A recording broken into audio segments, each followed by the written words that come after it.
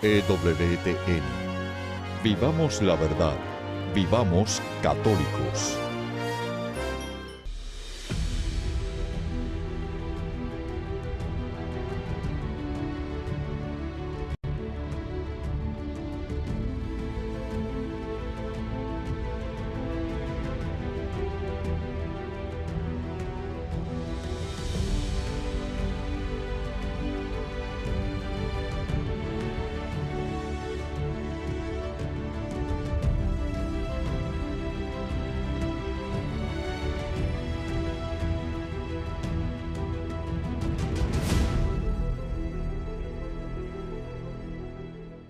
El proceso, para mí muy triste, de separación, yo diría de desgarramiento entre la iglesia y el mundo, entre la razón y la fe, entre la ciencia y la religión, ese proceso no ha sido instantáneo.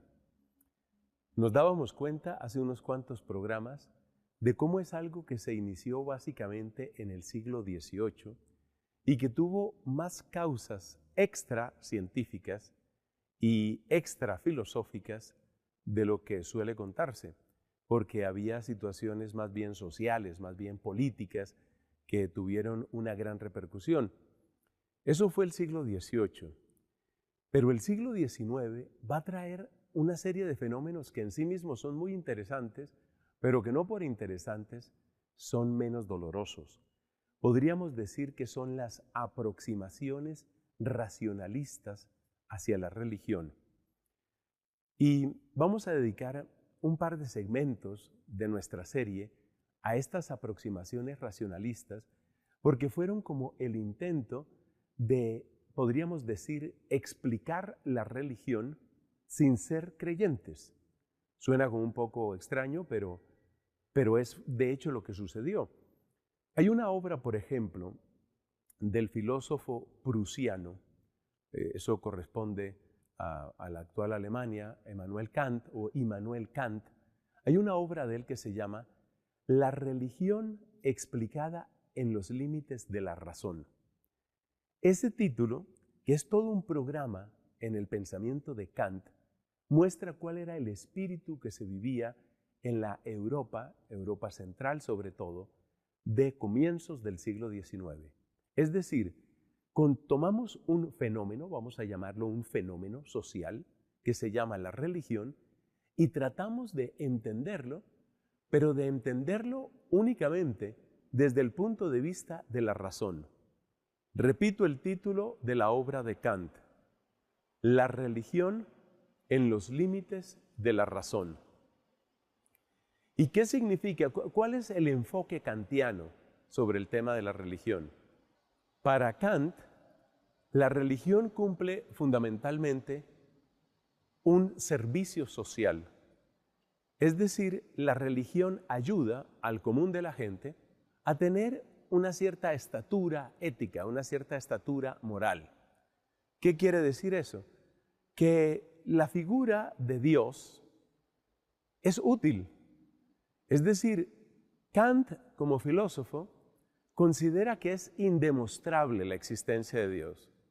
Kant, como filósofo, no cree que se pueda tampoco demostrar que Dios no existe. Para él ese es un problema que queda abierto, ese es un problema que queda sin solución y que no tiene que ver directamente con la filosofía, en la medida en que la filosofía, según Kant, tampoco puede llegar a afirmar lo que las cosas son en sí mismas. Algunos especialistas han dicho que el programa general de la filosofía de Kant consiste en superar la metafísica, y Kant pretende superar la metafísica a través de una compleja, pero muy bien articulada, teoría del conocimiento o epistemología. En todo caso, el hecho es que Kant elimina la discusión sobre Dios y en cambio lo que descubre es que es útil la idea de Dios. Sirve hablar de Dios. ¿Por qué? Porque eso infunde una cierta moral, un cierto comportamiento en las personas. Pero para que la religión cumpla verdaderamente su papel, es muy importante que se limite a ser simplemente una especie de variante ética que ayuda a que la gente, por decirlo popularmente, se porte bien. Esa es la idea de Kant. Es decir, no entremos en muchas discusiones, no nos enzarcemos en una conversación sobre si Dios existe, sobre si no existe, no, nosotros no entramos en eso, sino simplemente descubrimos en la religión un componente ético que es útil para la sociedad. Por otra parte, el mismo Kant considera que se puede tener un comportamiento ético sin religión. Desde el punto de vista de su filosofía, lo que es fundamental es lo que él llama el imperativo categórico.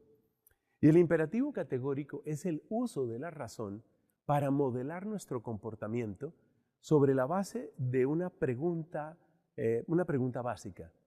¿Lo que yo hago podría servir de referencia moral para todo el mundo?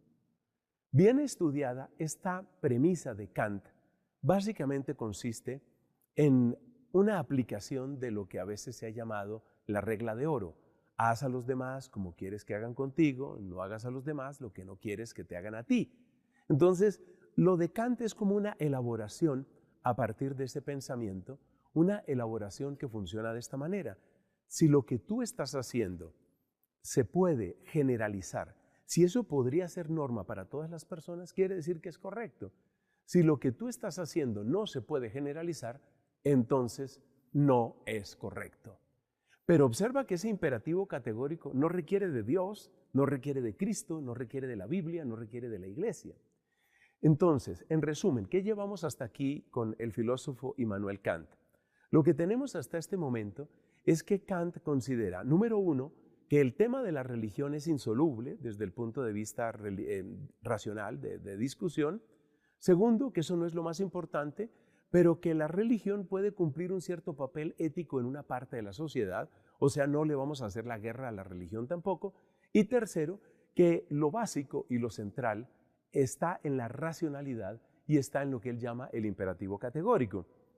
Para terminar estos breves apuntes sobre Kant, que sitúa su pensamiento a comienzos del siglo XIX, debemos recordar otra obra suya que se llama ¿Qué es la Ilustración? Tal vez es la obra popular, la obra más conocida de Kant por el gran público. Para los especialistas, pues la obra más importante va a ser la Crítica de la Razón Pura. Entonces Kant, en su obra ¿Qué es la Ilustración?, él toma esta postura, atrévete a saber, que para él significa usa tu propia cabeza, usa tu propia racionalidad. Explícitamente en su obra ¿Qué es la Ilustración?, Kant dice: ya no necesitamos maestros, ya no necesitamos pastores, ya no necesitamos sacerdotes, ni mucho menos obispos, ni papas, ni nada de eso. Lo que necesitamos es que la gente piense. Entonces, Kant toma una posición que no es de guerra abierta contra la religión, pero que sí es una postura según la cual la religión puede cumplir una cierta función, pero esa función en realidad es suplementaria, en realidad puede ser llevada a cabo por el simple análisis racional de lo que llamamos el imperativo categórico, y finalmente que cada uno analice, que cada uno construya desde su propia racionalidad qué es lo que debe hacer, cómo es que se debe vivir. Esa es la manera racionalista como Kant aborda el tema de la religión. Todavía tenemos que hablar mucho más brevemente sobre otros dos filósofos. Uno es Hegel, muy conocido y inmensamente famoso en los comienzos de este siglo XIX, y otro es Ludwig Feuerbach. Para Hegel, la gran abreviatura, el gran resumen de la historia de la humanidad, de la historia del pensamiento y de todo cuanto existe, está en una palabra que en alemán se dice Geist, y que se suele traducir, bueno, es la traducción normal al castellano como espíritu. Entonces, para Hegel, la historia humana y el universo entero y toda la metafísica queda comprendida en lo que es el despliegue, el desarrollo del espíritu absoluto. Pero el espíritu del que habla Hegel no es el Espíritu Santo, el espíritu del que habla Hegel no es Dios. Y cuando Hegel fue preguntado sobre cuál era la relación entre el espíritu del que él hablaba, el Geist del que él hablaba. Y Dios, más o menos la respuesta de Hegel la podemos condensar en estas palabras. A ver, para quienes necesitan pensar a partir de la imaginación, les sirve la religión. Pero para quienes quieren analizar o caminar por la razón, les basta el análisis que yo he propuesto. Dicho de otra manera, es un pensamiento parecido al de Kant. La religión sirve, ya sabes, para las pobres masas. La pobre gente que no sabe de filosofía, la pobre gente que no puede seguir el hilo altísimo de abstracciones de Hegel, esa pobre gente puede bastarse con la religión. Hegel no le hace la guerra a la religión, claro que no, pero Hegel plantea la religión como una versión primitiva, una versión inicial, una versión supremamente básica que le ayuda a más o menos acercarse a lo que él, en su fantástica catedral racionalista, ha logrado plantear. Dicho de otra manera, Dios, en el pensamiento de Hegel, es una idea más que se ha desarrollado en el curso de los siglos, pero esa idea se puede expresar de un modo mucho más exacto, mucho más preciso, mucho más fecundo, a través de lo que él llama su espíritu absoluto, que una vez más repito, no es el Dios de la revelación. Entonces ya te das cuenta cómo estos dos pensadores que marcaron tantas cosas en la Europa del siglo XIX hablan de la religión, pero hablan de la religión no en términos de algo revelado que nos salva, que nos libra del pecado, nada de eso. Ellos hablan de la religión en términos de la versión para niños, como decimos en este país, la versión de plastilina para tratar de explicar las cosas que ellos, en sus fantásticos razonamientos, habían logrado. El último filósofo que hay que mencionar aquí es el que ya es abiertamente ateo. Su nombre, Ludwig Feuerbach. Y Ludwig Feuerbach emprende la tarea de analizar qué es la religión y en concreto qué es el cristianismo. Y escribe una obra que se llama así, La esencia del cristianismo. Y según esa obra de la esencia del cristianismo, pues todo está en esta frase. No es que Dios creó al hombre, es que el hombre creó a Dios. Es decir, que Dios es únicamente una proyección de nuestro pensamiento, una proyección de nuestras cualidades, una proyección de nuestros anhelos y de nuestros deseos no cumplidos. Ya con Feuerbach ya tenemos que hablar abiertamente de ateísmo. Mientras que Hegel y Kant conservaban una posición de relativo respeto, no frente a Dios, porque realmente a Dios no lo respetaban, sino frente al hecho religioso, ya cuando llegamos a Feuerbach ya está declarada la sentencia de muerte. Dios no tiene nada que hacer aquí, Dios es un invento de nuestra mente. Importante que veamos qué sigue dentro de este análisis racionalista, dentro de otras perspectivas no filosóficas. No se lo pierdan.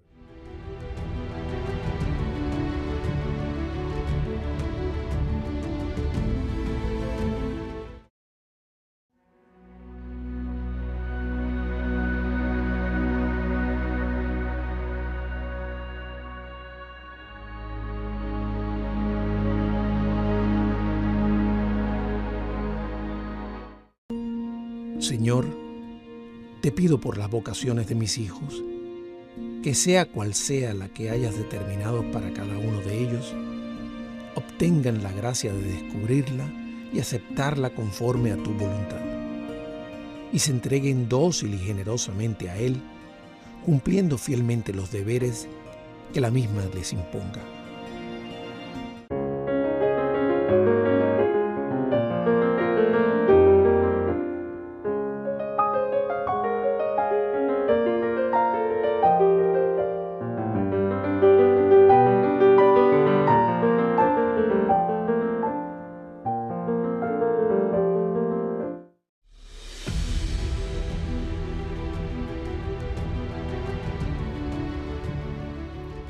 En nuestro segmento anterior mencionábamos cómo algunos de los grandes, de los muy representativos pensadores de comienzos del siglo XIX tenían una postura de relativo respeto frente al hecho religioso, pero cada uno a su manera presentaban su elaboración filosófica como una versión mucho más, podríamos decir, mucho más fina, mucho más completa y sobre todo mucho más racional. Bueno, ya con Feuerbach, Ludwig Feuerbach, ya nosotros llegamos a una situación diferente. Ya con Feuerbach hay una negación explícita de Dios. Dios es simplemente una creación de la mente humana, nos dice Feuerbach. Y es interesante ver que uno de los ateos más famosos del siglo XIX, estoy hablando de Karl Marx, dice, con respecto a la existencia de Dios, la discusión está ya terminada con lo que dijo Feuerbach.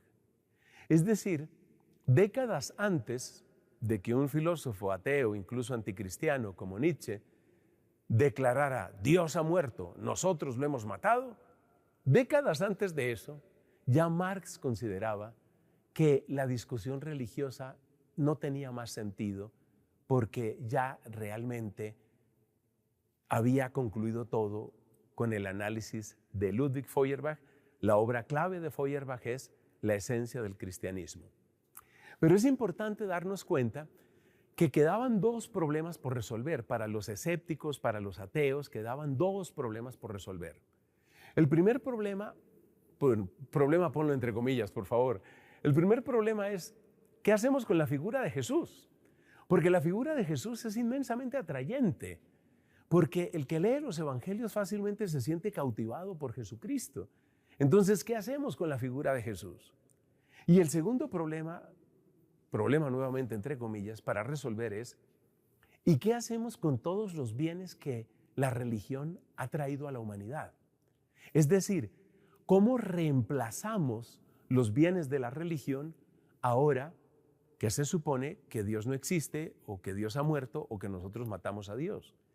Y es ahí donde entran una serie de escritores y pensadores de los cuales vamos a hablar brevemente en estos próximos minutos.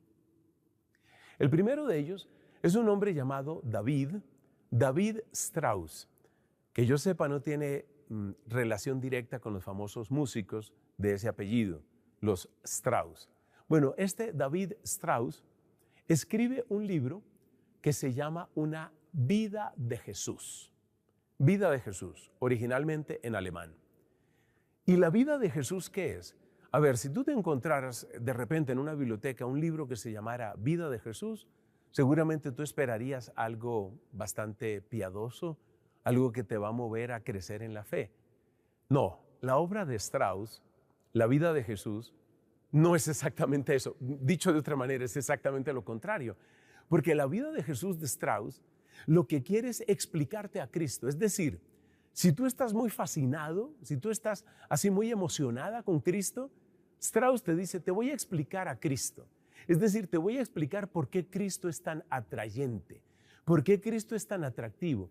Y empieza a perfilarse un modo de hablar de Cristo, un modo de hablar según el cual Cristo es básicamente un hombre admirable, es un hombre líder, como diríamos en lenguaje muy de esta época, es un tipo muy carismático, pero no me vengas con la historia de que es hijo de Dios o que hizo milagros o todo eso.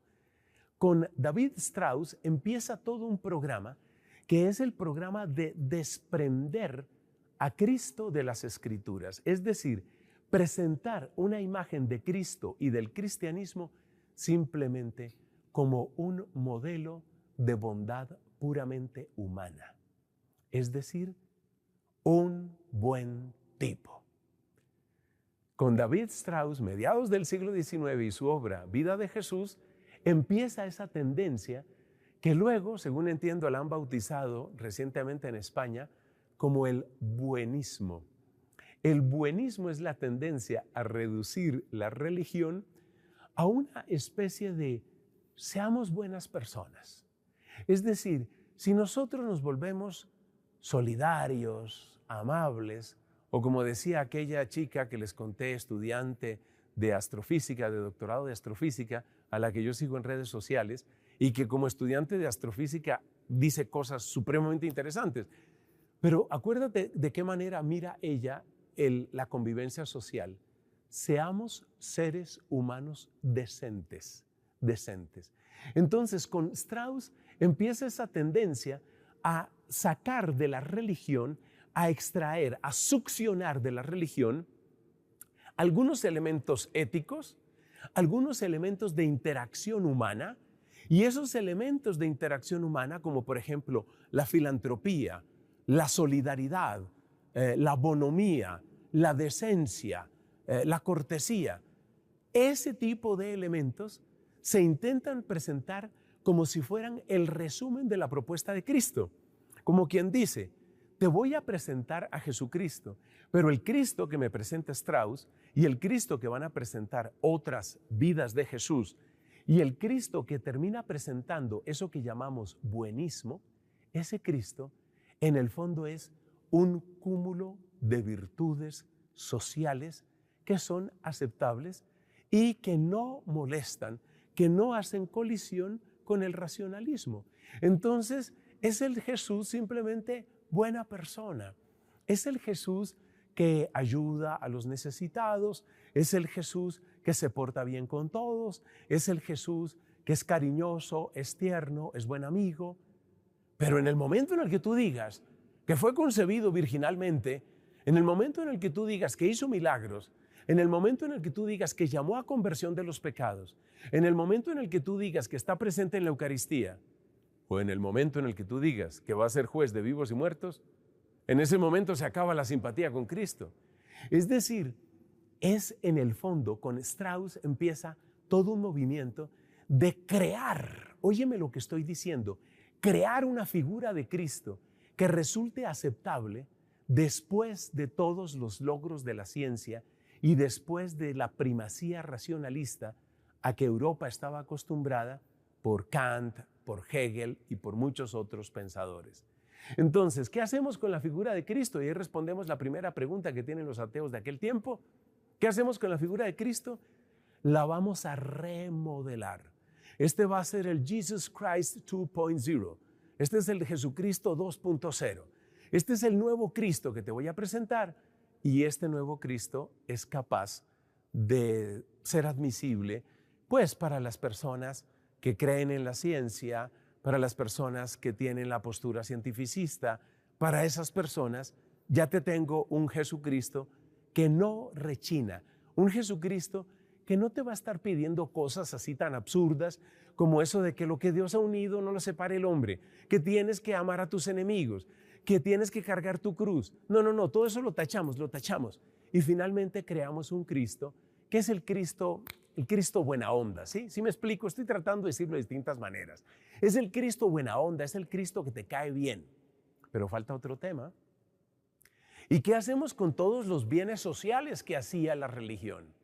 No se nos olvide que la Iglesia Católica no solamente es la gran fundadora de universidades, sino que la Iglesia Católica fue también la gran impulsora de la cultura durante toda la Edad Media, incluyendo la arquitectura, la escultura, etc.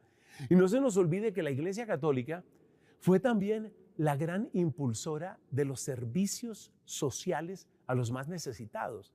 Eso significa orfanatos, eso significa ancianatos, eso significa hospitales, eso significa acogida a los pobres, casas de misericordia, etcétera, etcétera. ¿Qué hacemos con todo eso? Pues ahí es donde vienen los reemplazos. ¿Y los reemplazos quiénes son? Pues vamos a enumerarlos aquí rápidamente. Si lo que queremos es mejorar el nivel de la sociedad, lo que necesitamos se llama más y más ciencia. Y ahí tienes a Augusto Comte diciendo que a través del lenguaje y del trabajo científico tienes todo resuelto para mejorar el nivel de la sociedad. Si se trata de justicia social y de atender a los pobres, ahí tienes a Marx, que te dice, mira, todo está bajo control. Lo único que necesitamos es acabar con la clase burguesa y empezaremos a tener un mundo diferente. Vendrá una lucha de clases, vendrán tiempos difíciles, pero al final desembocaremos en el paraíso comunista. Si tú estás pensando en el heroísmo y en la santidad y en la grandeza de la magnanimidad, ahí tienes a un Nietzsche que te dice, mira, lo que necesitamos es al superhombre. Eso es lo que necesitamos. Es decir, necesitamos desprendernos de los antiguos atavismos que nos quedaron del pasado, de toda esa moral cristiana. Para Nietzsche, el cristianismo es una especie de platonismo aguado. Quitemos todo eso y quedémonos simplemente con la fuerza vital. Es decir, que si antes la grandeza la buscaba el ser humano a través del camino de la santidad, tú piensas, por ejemplo, en un San Ignacio de Loyola, esa búsqueda de la excelencia en San Ignacio de Loyola. Nietzsche te dice, la gran excelencia está en el superhombre. Despréndete de todos esos atavismos, de toda esa moral de esclavos y llega a ser lo máximo. Entonces, poco a poco, este pensamiento ateo va, llamémoslo así, se va apoderando de lo que eran los terrenos de la religión. Bueno, ¿y qué hacemos, por ejemplo, con tantas personas necesitadas? Bueno, pues para eso están los servicios sociales del Estado. Entonces, pues surge todo el movimiento sindical y surge todo aquello. ¿Y qué hacemos con los dolores, con los traumas, con las depresiones, con las neurosis, con las angustias que tenemos? Pues ahí tienes el otro ateo, Sigmund Freud, primera mitad del siglo XX, que te dice, usted lo que necesita no es religión, la religión es un rezago que le quedó a usted de sus frustraciones, usted lo que necesita es psicoanálisis y a través del psicoanálisis vamos a hacer un análisis racional para que usted pueda encontrar su plenitud, para que usted pueda liberarse de sus traumas, para que usted pueda sanarse. Y a partir de esa salud recuperada, usted podrá tener auténtica felicidad, usted podrá ser socialmente funcional, usted podrá alcanzar lo que en otro tiempo le daba la religión.